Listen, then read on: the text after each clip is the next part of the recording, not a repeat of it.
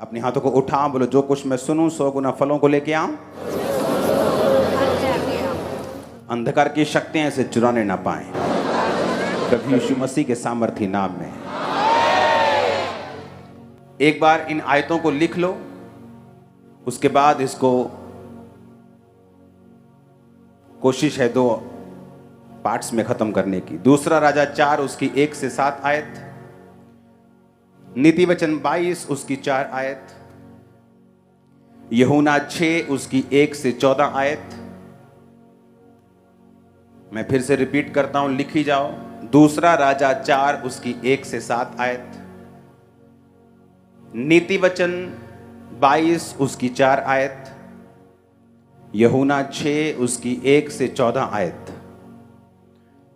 नीति वचन 22 उसकी फिर 7 आयत, व्यवस्था विवरण 28 उसकी 1 आयत, 2 आयत और 12 आयत, नीति वचन 3 उसकी 9 और 10 आयत, मलाकी 3 उसकी 10 आयत, पहला तीमुथियुस 6 उसकी 10 आयत, लूका 16 उसकी 14 आयत, व्यवस्था विवरण 15 उसकी 5 से 7 आयत। मैंने 3 रिपीट कर दिए थे, 4 से फिर मैं रिपीट करता हूं ताकि आप उसे लिख पाएं। नीति वचन 22 उसकी 7 आयत, व्यवस्था विवरण 28 उसकी 1, 2 और 12 आयत, नीति वचन 3 उसकी 9 और 10 आयत, मलाकी 3 उसकी 10 आयत, पहला तीमुथियुस 6 उसकी 10 आयत, लूका 16 उसकी 14 आयत, व्यवस्था विवरण 15 उसकी 5 से 7 आयत। ये वचन खुदावंद के नाम में आपकी बरकत का कारण हो, यीशु के नाम में।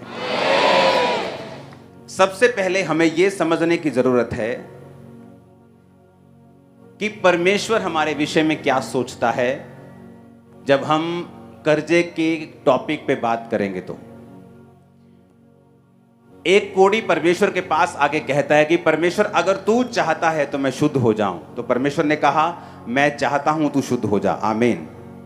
और बाइबल कहती क्या वो शुद्ध हुआ कि नहीं हुआ। अब व्यवस्था विवरण 15 उसकी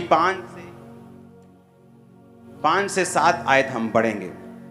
हमें यह जरूरी है समझना कि परमेश्वर की इच्छा क्या है। इतना अवश्य है कि तू अपने परमेश्वर यहोवा की बात मन लगाकर सुने और सारी आज्ञाओं को मानने में जो आज मैं तुझे सुनाता हूं चौकसी करे।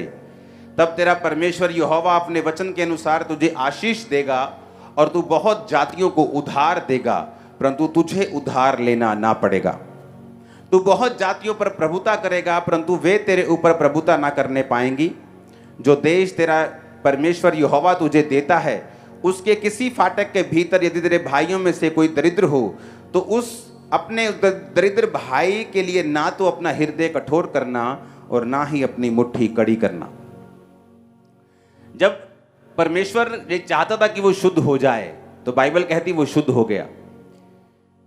कर्जे के विषय में परमेश्वर क्या चाहता है, जो डिलीवरेंस हम लेना चाहते हैं, जो परमेश्वर देना आपको चाहता है, सबसे पहले आपको ये मालूम होना चाहिए कि परमेश्वर उस विषय में मेरे लिए क्या सोचता है। क्योंकि अगर वो परमेश्वर की मर्जी नहीं है तो आप कभी भी वो आशीष परमेश्वर की ओर से नहीं पा सकते।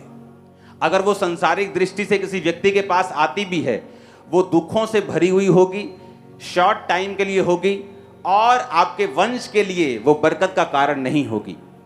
इसीलिए हमने पहले ये सोचना है कि परमेश्वर मेरे लिए क्या सोचता है। जब वो मुझे देखता है, आप भूल जाओ आज क्रूसेड की तरह लोग आए हैं थर्सडे, आप भूल जाओ यहाँ लाखों लोग बैठे हैं, आप ये सोचो कि मुझसे बात कर रहा है परमेश्वर का वचन। तो सबसे पहले जब हमें परमेश्वर की बरकत को लेना है, जो परमेश्वर सोचता है मेरे लिए, कि वो क्या सोचता है। बाइबल कहती है परमेश्वर ये सोचता है कि वो तू सब जातियों को उधार देगा, उधार लेगा नहीं। तो परमेश्वर, मैं एक बात आपको ये बता दूं बाइबल के बीच से, नीति वचन 22 उसकी 7 आयत पढ़ेंगे। धनी निर्धन पर प्रभुता करता है और उधार लेने वाला उधार देने वाले का दास होता है। बाइबल कहती है तुम नौकर हो उसके जिससे तुमने पैसे उधार लिए हैं, और जब परमेश्वर ने इजरायलियों को बुलाया तो परमेश्वर ने कहा, मैं तुझे सब जातियों में से श्रेष्ठ करूंगा, ये मेरी बुलाहट है तुम लोगों के लिए। तो तुम बहुत सी जातियों को उधार दोगे, तुम बहुत सी जातियों को पैसा उधार दोगे, परंतु तुम्हें किसी से भी उधार लेने की जरूरत जो है वो नहीं पड़ेगी। हालेलुया।